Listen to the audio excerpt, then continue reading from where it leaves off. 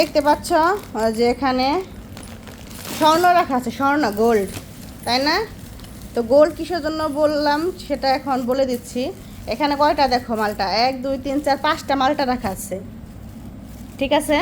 5টা মালটা, এই 5টা মালটা এখানে হচ্ছে 1 কেজির একটু বেশি, তো 450 টাকা করে কেজি।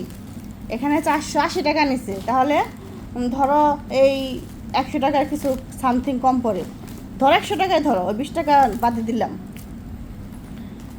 তো এই দেখো এই পিস, এই 1 পিস মালটা কি 100 করে খাওয়া সম্ভব বলো? তো এটা কি বলবো, এটাকে স্বর্ণ বলবো না? মানে বুঝলাম না, অবাক হয়ে গেলাম। মানুষ খাবে কি?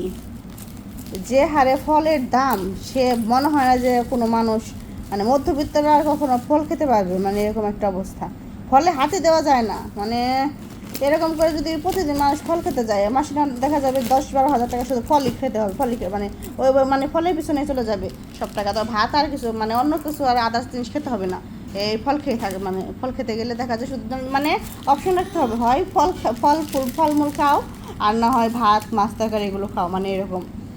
জিনিসপত্রের দাম কি বলবো। আর এগুলো হচ্ছে ব্যবসায়ীদের সিন্ডিকেট করা, এগুলোর দাম এত হবে কেন? এটা ফ্যাজলামি নাকি? কি একটা অবস্থা।